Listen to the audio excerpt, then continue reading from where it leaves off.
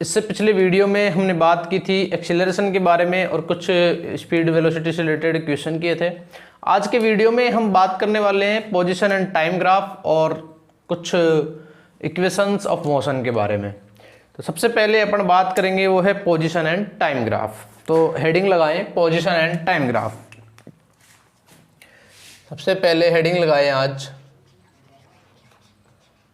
Position and time graph of a particle. देखो position और time graph की अपन बात कर रहे हैं, मतलब अपन किस किस का रिलेशन यहां पे निकालेंगे। किसी भी पार्टिकल की पोजीशन और जो टाइम है उसके बीच का हम रिलेशन इस ग्राफ के थ्रू अंडरस्टैंड कर सकते हैं। और ये जो ग्राफ है ये हमको किसी भी पार्टिकल की वेलोसिटी के बारे में, उसकी स्पीड के बारे में, उसके एक्सीलरेशन के बारे में कंप्लीट इंफॉर्मेशन दे सकता है कि इसका एक्सीलरेशन कैसा है, इसकी स्पीड कैसी है, या इसकी पोजीशन जो है अभी क्या है, ये रेस्ट में है या मूविंग कंडीशन में है। जो भी ये पूरी लगभग कंप्लीट इंफॉर्मेशन हमको पोजीशन एंड टाइम ग्राफ से किसी भी पार्टिकल के बारे में, किसी भी बॉडी के बारे में मिल सकती है। तो यहां पे हम लिखेंगे सबसे पहले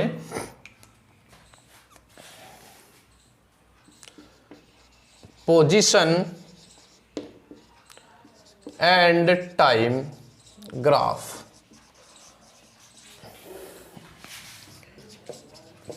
plotted between position and time of a particle। किसी भी पार्टिकल के लिए जब हम पोजीशन और टाइम ग्राफ प्लॉट करेंगे तो किस किस के बीच में करेंगे, उसी पार्टिकल की पोजीशन में और उस टाइम पीरियड के लिए कि इस टाइम पीरियड में इस पार्टिकल की पोजीशन क्या थी, उन दोनों के बीच में हम वो ग्राफ प्लॉट करेंगे। इट गिव्स, एक और पॉइंट लिख लो इसमें, it gives complete information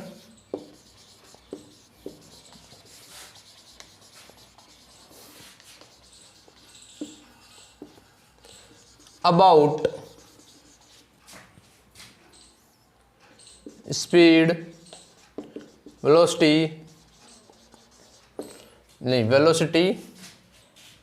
acceleration.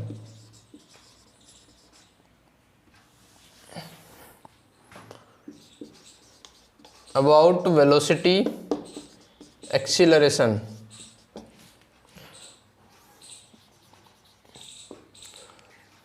Of a particle. देखो जो पोजीशन एंड टाइम ग्राफ है वो किसी भी पार्टिकल के एक्सीलरेशन के बारे में, उसकी पोजीशन के बारे में या उसकी वेलोसिटी के बारे में कंप्लीट इंफॉर्मेशन अपन को दे सकता है। उससे अपन पूरी की पूरी उस पार्टिकल की स्टडी कर सकते हैं कि ये पार्टिकल कब कैसी पोजीशन में है या कब कितना एक्सीलरेट कर रहा है, कब इसकी वेलोसिटी क्या है। ठीक है,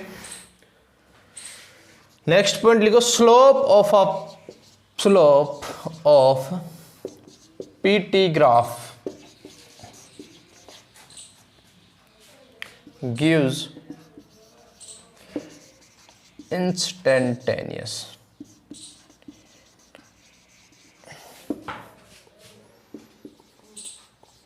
velocity of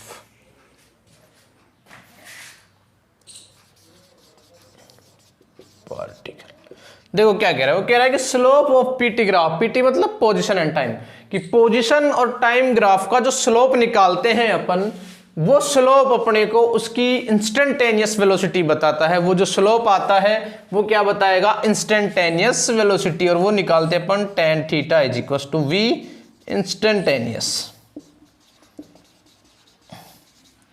ये इसकी इंस्टेंटेनियस वेलोसिटी को शो करेगा। जब भी अपन किसी भी ग्राफ का स्लोप निकालेंगे तो वो उसकी इंस्टेंटेनियस वेलोसिटी को रिप्रेजेंट करेगा कि भाई इस पार्टिकल की instantaneous velocity at a time कितनी है। देखो मान लेते हैं अपन कि कभी कोई पार्टिकल रेस्ट पोजीशन में है तो उसका ग्राफ कैसे बनेगा। देखो कंडीशन ले लेते हैं अपन, when a particle is at rest। Particle rest position में है, ठीक है, मतलब रेस्ट में है, तो उसका वीटी ग्राफ कैसा बनेगा। देखो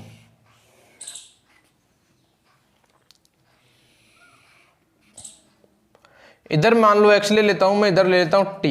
अब पार्टिकल रेस्ट में है मतलब v इक्वल टू क्या है उसका 0, वेलोसिटी उसकी 0 है, तो पार्टिकल की पोजीशन वही रहेगी, केवल क्या चेंज होता रहेगा उसके लिए टाइम चेंज होता रहेगा। तो जब भी कोई पार्टिकल रेस्ट में होता है तो उसका ग्राफ टाइम के पैरेलल में आता है, क्योंकि उसकी पोजीशन तो वही रहेगी, केवल क्या चेंज होगा टाइम। देखो ये x अभी भी यही है, अभी भी यही है, अभी भी यही है। x पे अगर अपन बात करें इसकी तो ये यहीं पे है, चेंज नहीं हो रहा है, x का जो कोऑर्डिनेट है वो चेंज नहीं हो रहा है, केवल क्या चेंज हो रहा है t चेंज हो रहा है।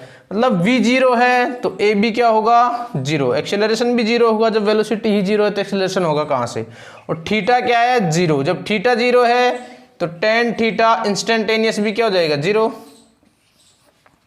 ठीक है, ओके। क्लियर है कि जब कोई पार्टिकल रेस्ट पोजीशन में होता है तो उस कंडीशन में उसका जो ग्राफ आता है उसकी पोजीशन तो देखो चेंज होती नहीं है, केवल क्या चेंज होता है टाइम। भाई पोजीशन नहीं चेंज होगी क्योंकि रेस्ट पोजीशन में v भी 0 होगा, a भी 0 होगा। देखो इस लाइन पे कहीं वेलोसिटी दिख रही है अपने को, नहीं दिख रही। एक्सेलरेशन दिख रहा है, नहीं दिख रहा। स्ट्रेट लाइन आ रही है बिल्कुल टाइम के रेस्पेक्ट में, ना कि पोजीशन के रेस्पेक्ट में। पोजीशन में तो कोई चेंज हो ही नहीं रहा है, पोजीशन चेंज नहीं हो रही है, पोजीशन रिमेन्स कांस्टेंट, पोजीशन वहीं की वहीं बनी हुई है, केवल a चेंज हो रहा है और थीटा 0 ही है। क्योंकि थीटा देखो कहाँ पे निकालेंगे, थीटा कोई स्लोप वगैरह क्या निकालेंगे, स्लोप कहाँ निकालें, इसका कुछ है ही नहीं, ठीक है। नोट करें एक बार, हो गया, ओके। ये रब कर दूं। नेक्स्ट कंडीशन अपन ले लेते हैं, when velocity of particle constant. देखो जब पार्टिकल की वेलोसिटी कांस्टेंट है मतलब v कांस्टेंट है, तो उसमें अपने पास में दो कंडीशन निकल के आती है कि एक तो वेलोसिटी पॉजिटिव है और एक नेगेटिव है। कांस्टेंट तो है लेकिन वेलोसिटी मैंने आपको बताया था वेक्टर क्वांटिटी है, इट कैन बी पॉजिटिव और कैन बी नेगेटिव। तो जब वेलोसिटी पॉजिटिव होगी तब भी कुछ ग्राफ निकल के आएगा, जब नेगेटिव होगी तब भी कुछ निकल के आएगा।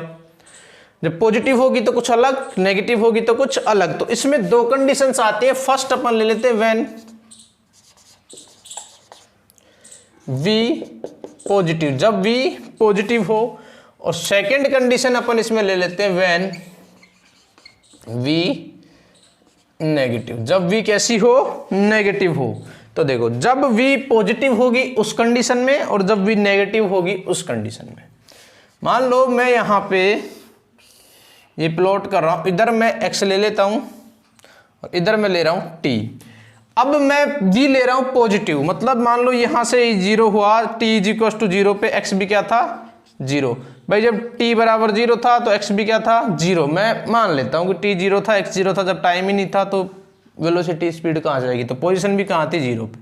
अब जैसे जैसे टाइम इंक्रीज हो रहा है वेलोसिटी भी इंक्रीज हो रही है, क्योंकि वेलोसिटी क्या है अभी कांस्टेंट है, क्योंकि वेलोसिटी क्या है कांस्टेंट है। देखो ये आएगा निकल के VT graph, velocity constant, t 0 पे x 0, वेलोसिटी कांस्टेंट है positive, v equal to positive, जब v क्या हो पॉजिटिव हो। अब यहां पे यदि मैं बात करूं थीटा की, तो थीटा जो है ऑलवेज लेस देन 90 होगा।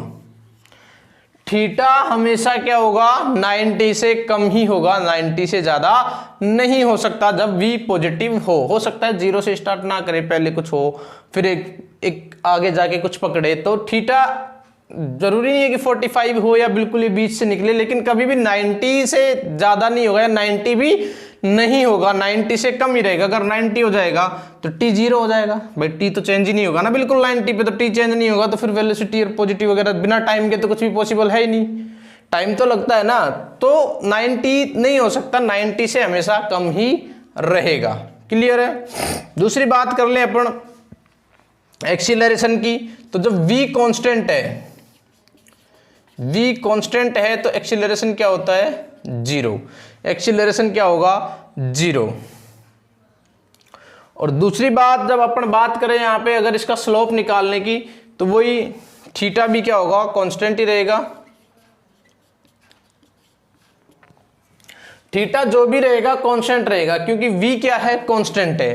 तो यहाँ पे थीटा निकालो, यहाँ पे निकालो। देखो मैं आपको बताता हूँ, मान लो अपन यहाँ पे थीटा निकालें इसका, ऐसे ये यहाँ पे स्लोप निकाल लें अपन, यहाँ से ये टेंजेंट मान लें, क्योंकि स्ट्रेट लाइन है, इसकी टेंजेंट भी स्ट्रेट आएगी।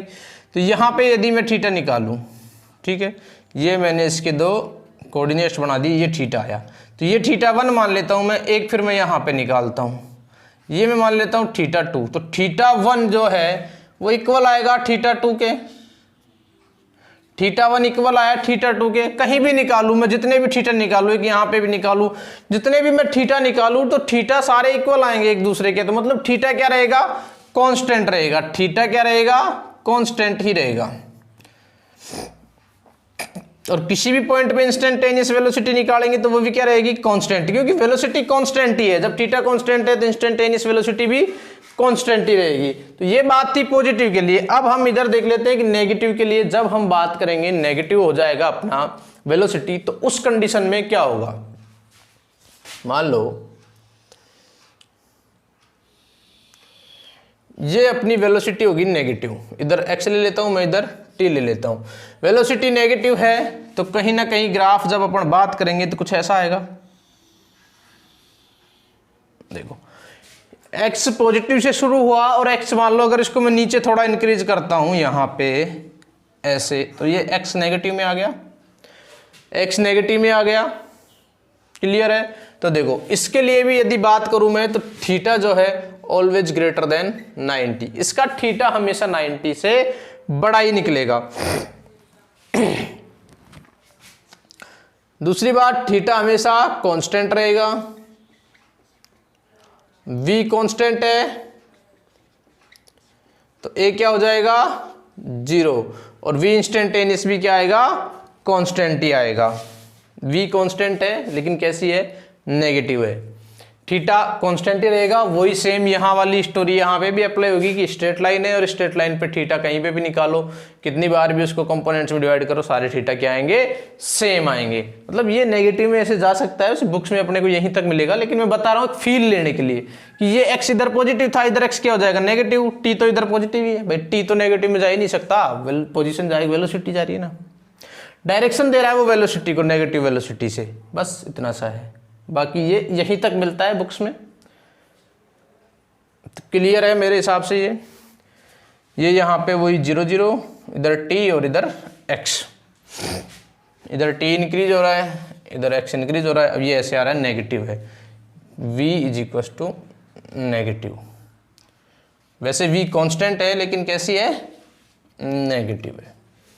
क्लियर है ये कि जब वेलोसिटी कांस्टेंट हो लेकिन पॉजिटिव हो तो उस कंडीशन में स्ट्रेट लाइन ऊपर बढ़ता हुआ, और जब वेलोसिटी कांस्टेंट हो नेगेटिव हो तो स्ट्रेट लाइन में ग्राफ नीचे गिरता हुआ। क्लियर है, नोट करें। Okay, when velocity of particle variable, देखो अभी वेलोसिटी कांस्टेंट थी तो स्ट्रेट लाइन में आ रहा था ग्राफ। अब भी वेलोसिटी वेरिएबल हो जाएगी, लेकिन वेरिएबल के लिए भी दो कंडीशन हो सकती है कि भाई एक तो पॉजिटिव में हो वेरिएबल और एक नेगेटिव में हो, मतलब कम होती हुई आ रही हो, और एक इंक्रीज हो रही हो लगातार। तो इसके लिए भी अपन दो कंडीशन ले लेते हैं, फॉर v पॉजिटिव, और इधर ले लेते हैं अपन फॉर v नेगेटिव। देखो जब आप पॉजिटिव की बात कर लेते हैं पहले,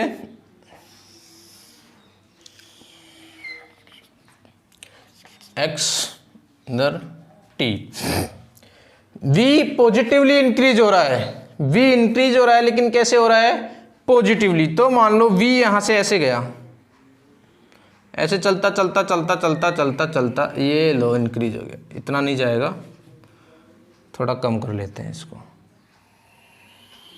ये इंक्रीज हो गया। v देखो कंटिन्यूअसली इंक्रीज हो रहा है, पॉजिटिव है मतलब वेरिएबल तो है लेकिन वेरिएबल किधर है, पॉजिटिव में, मतलब इंक्रीज होता रहेगा।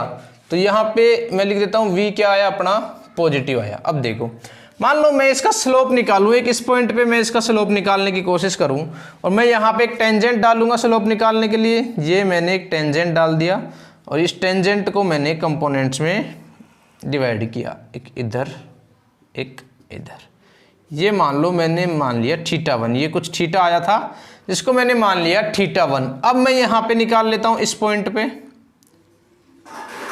ये टेंजेंट लिया, इसको मैंने ये कंपोनेंट्स में डिवाइड कर दिया, ये मैंने निकाल लिया θ2। देखो ये θ1 है और ये θ2 है, ये θ1 है और ये क्या है θ2। आपको दिख रहा होगा कि जो θ2 है वो ग्रेटर देन है θ1 से। देखो ये अप्रोक्सीमेटली 90 होने वाला है, ये कुछ 50 या 45 50 के आसपास है। तो यहां से मेरे को दिख रहा है कि θ2 ग्रेटर देन θ1। θ2 जो है θ1 से तो बड़ा है। जब θ2 बड़ा है तो tan θ2 भी क्या बड़ा होगा, tan θ1 से, ठीक है।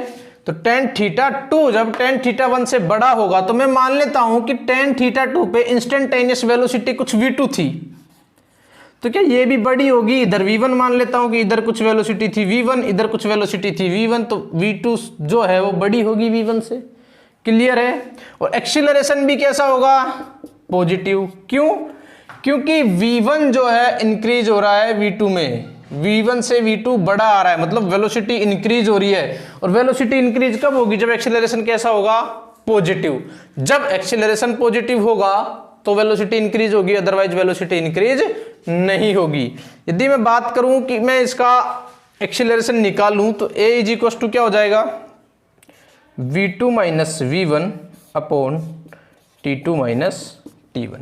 यहाँ पे कुछ मान लो t1 टाइम की बात कर रहे थे, यहाँ पे कुछ मान लो t2 टाइम पे बात कर रहे थे। क्लियर है। देखो ये मान लो ओरिजिन से स्टार्ट हुआ अपना ग्राफ कि भाई t इज इक्वल टू 0 पे x भी क्या था 0, और उस टाइम वेलोसिटी भी 0। जैसे जैसे टाइम इंक्रीज हुआ वेलोसिटी इंक्रीज हो रही है। भाई कोई ऐसे जा रहा है, ऐसे जा रहा है, ऐसे। तो एरोप्लेन देखा है आपने, जैसे जैसे वेलोसिटी इंक्रीज हो रही है वो उड़ता जा रहा है, ठीक है। उसके एग्जांपल से समझो आप इसको कि जैसे जैसे वेलोसिटी इंक्रीज हुई वो ऊपर जा रहा है। तो एक तरह से ये मान लो कि एरोप्लेन है, एक्चुअल में ऐसा कुछ नहीं, समझाने के लिए बोल रहा हूँ। ये एक एरोप्लेन जैसे जैसे जैसे स्पीड बढ़ी बढ़ी बढ़ी ये उड़ गया, मान लो अपने पहुंच गया स्पेस, वो जहाँ भी स्काई में उसको जाना था वो पहुंच गया। वो बड़ा उड़ लेगा, अपने को यहीं तक जरूरत थी कि जब तक वो उड़े तब तक की अपन बात करनी थी, ठीक है। अब मैंने क्या किया कि एक पॉइंट मान लिया यहाँ पे कुछ टाइम t1 था, ठीक है, होगा या t1 t2 जो भी होगा, मैं वेरिएबल मान रहा हूँ कि मैंने मान लिया कि यहाँ पे कुछ टाइम था t1। उस t1 टाइम पे मेरे को इसकी इंस्टेंटेनियस वेलोसिटी निकालनी है। तो इंस्टेंटेनियस वेलोसिटी के लिए क्या करूंगा, मैं इस पे टेंजेंट लगाऊंगा, टेंजेंट से थीटा निकालूंगा और tan थीटा रखूंगा। tan थीटा की जो वैल्यू आएगी वो इक्वल हो जाएगी किसके, इंस्टेंटेनियस वेलोसिटी की। ये अपन पहले ही बता चुके हैं कि भाई किसी भी पीटी ग्राफ का जो स्लोप आएगा उस पॉइंट पे, उस पॉइंट का जो स्लोप होगा वो क्या होगा, उसकी इंस्टेंटेनियस वेलोसिटी होगी। तो इसकी इंस्टेंटेनियस वेलोसिटी tan θ1 हो जाएगी। फिर मैं एक दूसरा पॉइंट भी ले लेता हूं कंपेयर करने के लिए, इसकी इंस्टेंटेनियस वेलोसिटी tan θ2। मेरे को दिख रहा है कि θ2 जो है ग्रेटर देन θ1 से, दिख रहा है यहाँ पे, क्लियर है कि θ1 जो है उससे ग्रेटर है θ2। तो θ2 ग्रेटर देन θ1। जब θ2 बड़ा है तो tan θ2 भी बड़ा होगा tan θ1 से। जब ये वैल्यू किसकी है, v2 की, और ये वैल्यू किसकी है, v1 की, तो v2 भी ग्रेटर देन होगा v1 से। v2 बड़ा है v1 से तो एक्सेलरेशन कैसा आएगा, पॉजिटिव। और अगर एक्सेलरेशन की वैल्यू निकालनी हो तो a is equal to v2 minus v1 upon t2 minus t1। ये वैल्यू आ जाएगी किसकी, एक्सेलरेशन की। यूनिट लिखनी हो तो मीटर पर सेकेंड। और वैल्यू कैसी आएगी, ये वैल्यू भी हमेशा पॉजिटिव ही आएगी, क्योंकि हम यहाँ पे बात कैसे कर रहे हैं, पॉजिटिव वेलोसिटी की बात कर रहे हैं, या फिर वैसे भी दिख रहा है यहाँ से कि वेलोसिटी की वैल्यू कैसी आएगी, पॉजिटिव आएगी। अब अपन सेकंड कंडीशन पे देख लेते हैं कि जब नेगेटिव हो रही हो v, जब वेलोसिटी कैसी दे रखी हो, नेगेटिव दे रखी हो, तो उस कंडीशन में क्या होगा। इधर मान लो ये मैंने बन जा रहे,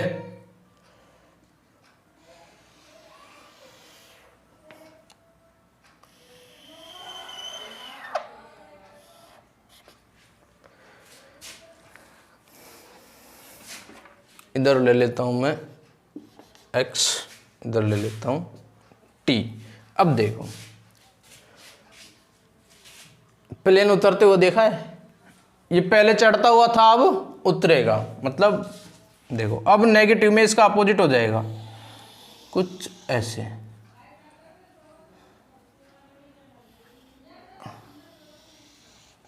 कुछ ऐसे आएगा, ठीक है। देखो यहाँ पे ये 0 0 से स्टार्ट हुआ, इधर t ये था, v क्या है इसके लिए नेगेटिव है।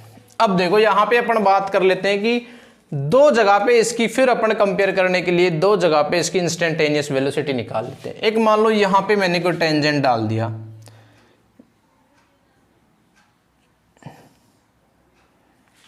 क्या हो रहा है, मार्कर ही नहीं चल रहा,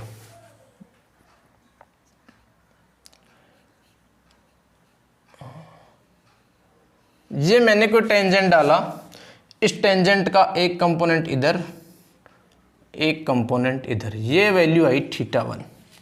इधर मैंने इस पॉइंट पे जो थीटा आया उसको मैंने मान लिया θ1। अब मैं थोड़ा ऊपर यहाँ पे एक और टेंजेंट डाल लेता हूँ, ये मैंने टेंजेंट डाला और इसको मैंने दो कंपोनेंट्स में ये डिवाइड कर दिया,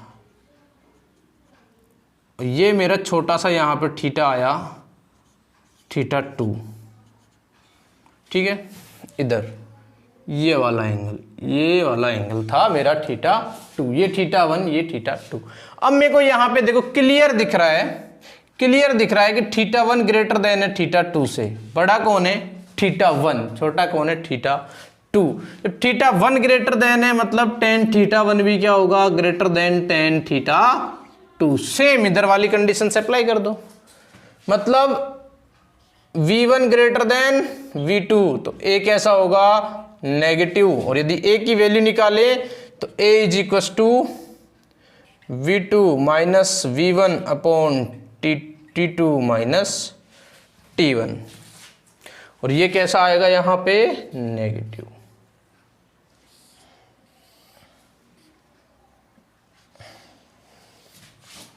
क्लियर है। सेम यही वाली कंडीशंस थी कि मैंने दो जगह पे इसका स्लोप निकाला, मतलब इंस्टेंटेनियस वेलोसिटी निकाली, θ1 मेरे को बड़ा लगा θ2 से, θ1 मेरे को बड़ा दिखा θ2 के कंपैरिजन में, तो मैंने बोल दिया कि tan θ1 भी ग्रेटर देन होगा tan θ2 से, तो v1 भी ग्रेटर देन होगा v2 से, जब v1 ग्रेटर देन होगा v2 से तो एक्सीलरेशन कैसा आएगा नेगेटिव आएगा, और a is equal to v2 minus v1 upon t2 minus t1, value कैसी आएगी नेगेटिव। क्लियर है, नोट करें एक बार। नेक्स्ट हेडिंग डालिए इक्वेशन ऑफ मोशन।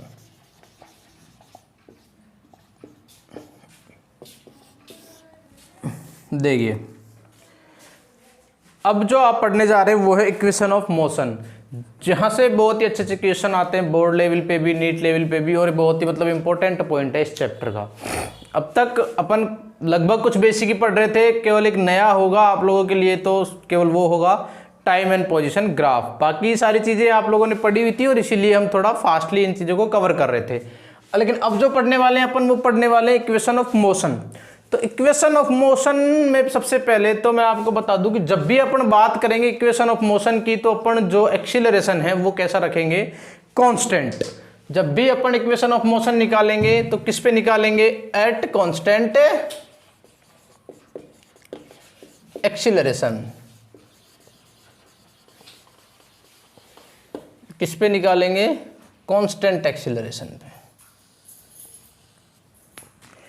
तो मैं कह रहा हूं आपसे कि मान लो कोई एक पार्टिकल है जिसकी कोई इनिशियल वेलोसिटी u है, फाइनल वेलोसिटी v है, इनिशियल टाइम t 0 से स्टार्ट होकर t तक जा रहा है, ठीक है, और उसकी पोजीशन जो है वो 0 से चेंज होकर x तक जा रही है।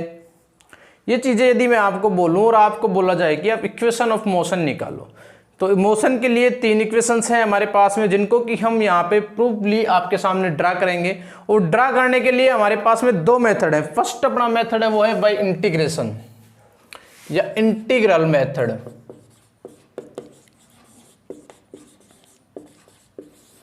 Integral method. और सेकंड है अपने पास में ग्राफिकल मेथड।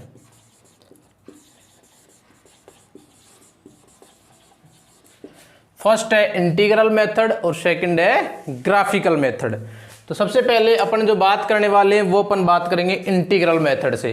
सबसे पहले अपन इक्वेशन ड्रा करेंगे मोशन की, वो ड्रा करेंगे इंटीग्रल मेथड से। तो आप हेडिंग डालिए इंटीग्रल मेथड। और इंटीग्रल मेथड में फर्स्ट इक्वेशन ड्रा करने के लिए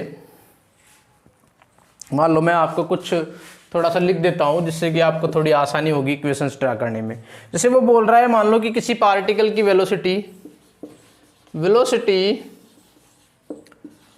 of a particle at t is equals to 0 is u, and after t time velocity of particle is v।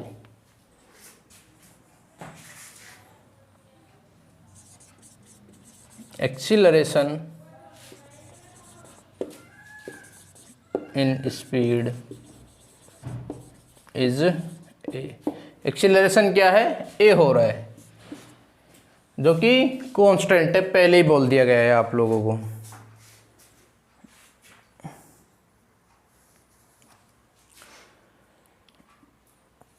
देखो वो कह रहा है कि कोई एक पार्टिकल है जिसकी velocity t is equal to 0 पे तो क्या है u, मतलब u क्या हो गई, उसकी इनिशियल वेलोसिटी हो गई। After t time velocity of particle is v, और t टाइम बाद उसकी वेलोसिटी हो जा रही है v।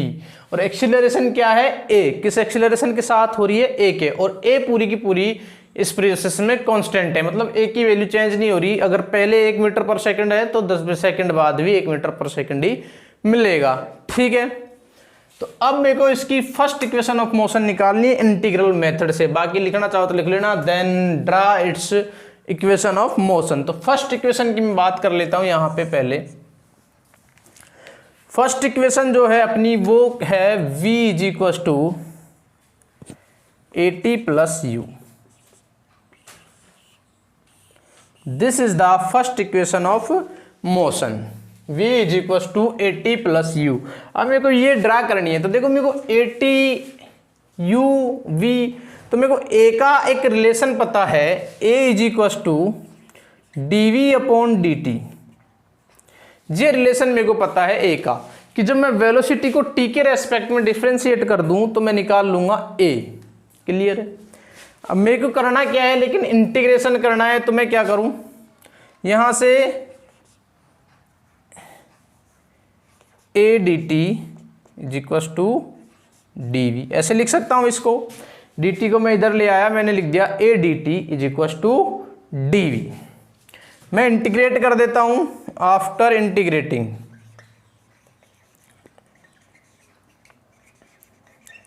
देखो, इंटीग्रेशन करने के बाद में क्या होगा, दोनों साइड इंटीग्रेशन कर देता हूं, इधर भी a dt इधर भी dv। ठीक है, इंटीग्रेशन करता हूं तो अब मेरे को यहां पे लगानी है लिमिट्स। देखो लिमिट्स में कैसे लगाऊंगा, अभी मैं लिख देता हूं यहां पे after putting limits.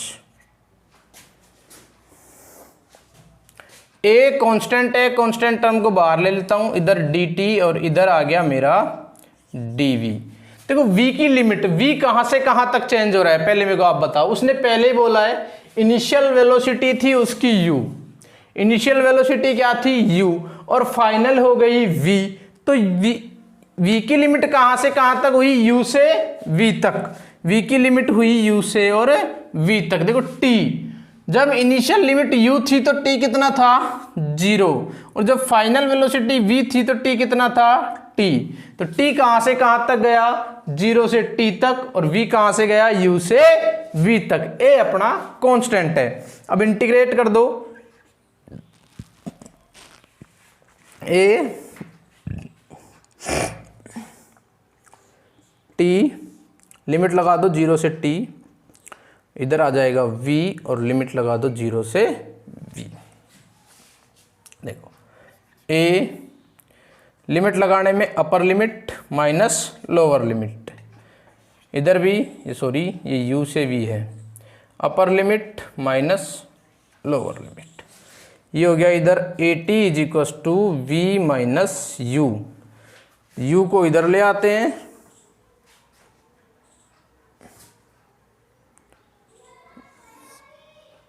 v is equals to u plus a t. This is the first equation of motion.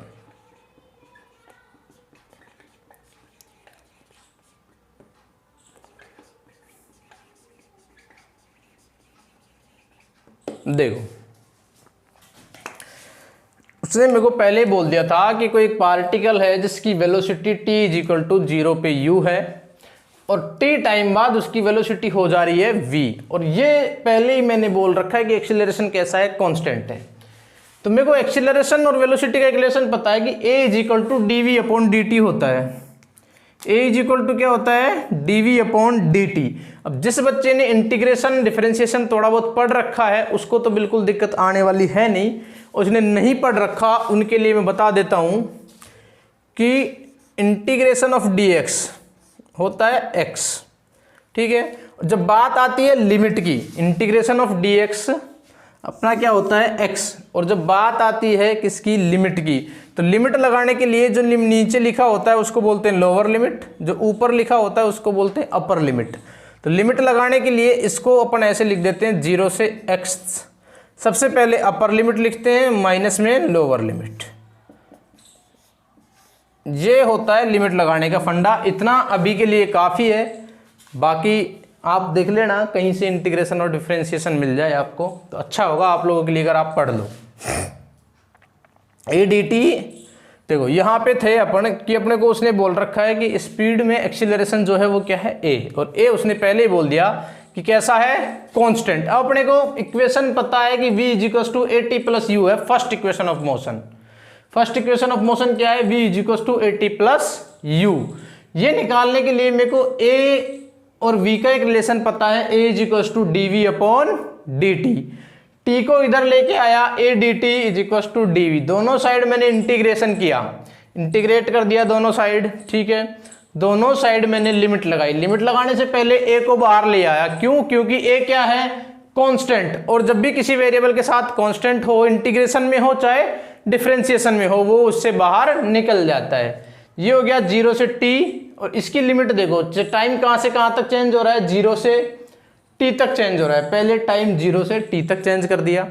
अब देखो जब t 0 था तो v कितना था, u। जब t 0 था v की वैल्यू कितनी थी, u। जब t की वैल्यू t हुई तो v की वैल्यू भी क्या हुई, v। अब इंटीग्रेट किया, upper limit lower limit, lower limit upper limit, a t minus 0 v minus you निकल के ये आया, और यहां से अपने पास फर्स्ट इक्वेशन ऑफ मोशन निकल के आई। क्लियर है सभी को, नोट करें, हो गया, ओके। रब कर दूं, सेकंड इक्वेशन होती है, मैं लिख देता हूं एक बार साइड में, x is equal to u t plus half a t square, या फिर x की जगह पे कई बार आपको s भी देखने को मिल जाता है, तो उससे आपको कंफ्यूज नहीं होना है। x हो s हो, वैल्यू डिस्प्लेसमेंट की ही होती है। देखो मेरे को पता है कि v इज इक्वल टू क्या होता है, dx अपॉन dt। v is equal to होता है dx अपॉन dt, तो मैं इसको क्या ऐसे लिख सकता हूं, dx is equal to v dt। भाई dt को इधर लाया, इधर dx बचा, dx is equal to v dt, कोई दिक्कत है नहीं है। मेरे को v की वैल्यू पता है, मैं निकाल चुका हूं इक्वेशन फर्स्ट में, v की, मेरे को यहाँ पे v की वैल्यू पता है v dx dt में, ठीक है। v की वैल्यू रख देता हूं मैं इक्वेशन फर्स्ट से, मैं लिख देता हूं बाय पुटिंग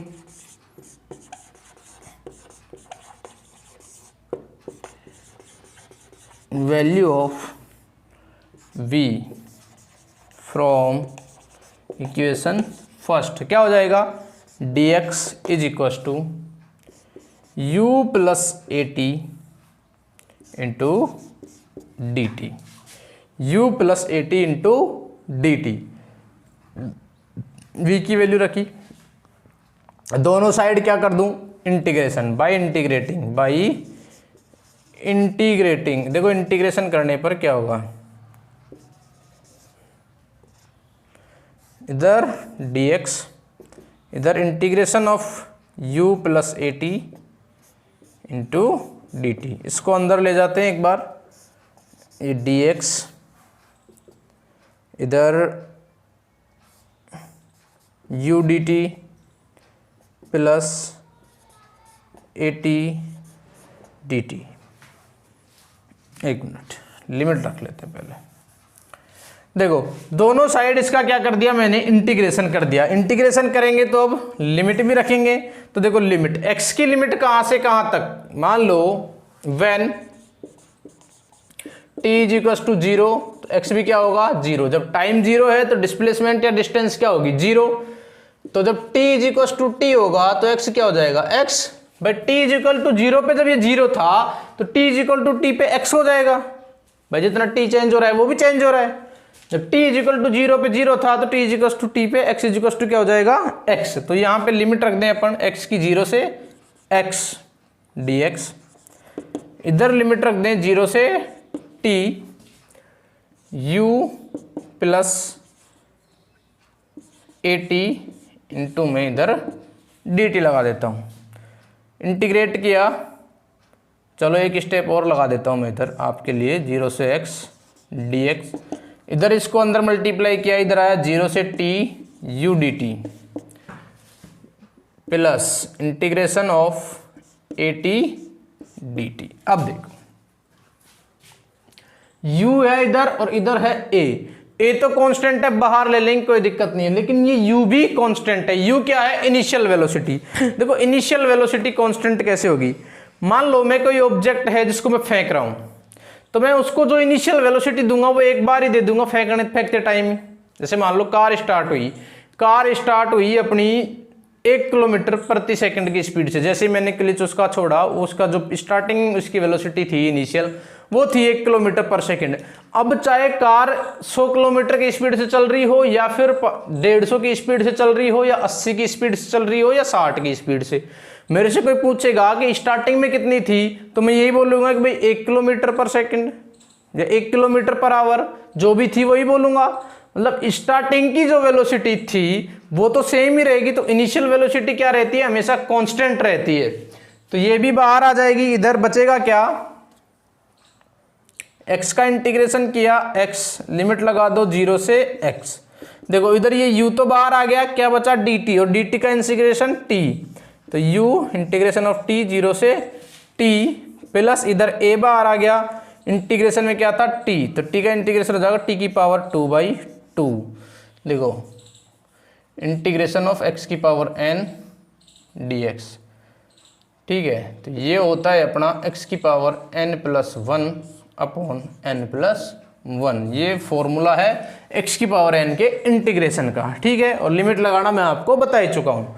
तो वही सेम प्रोसेस यहाँ पे, इधर हो गया x, इधर आ गया ut प्लस इधर अपर limit minus lower limit. Lower limit क्या है, देखो 0 से t, 0 से t, तो हाफ AT²।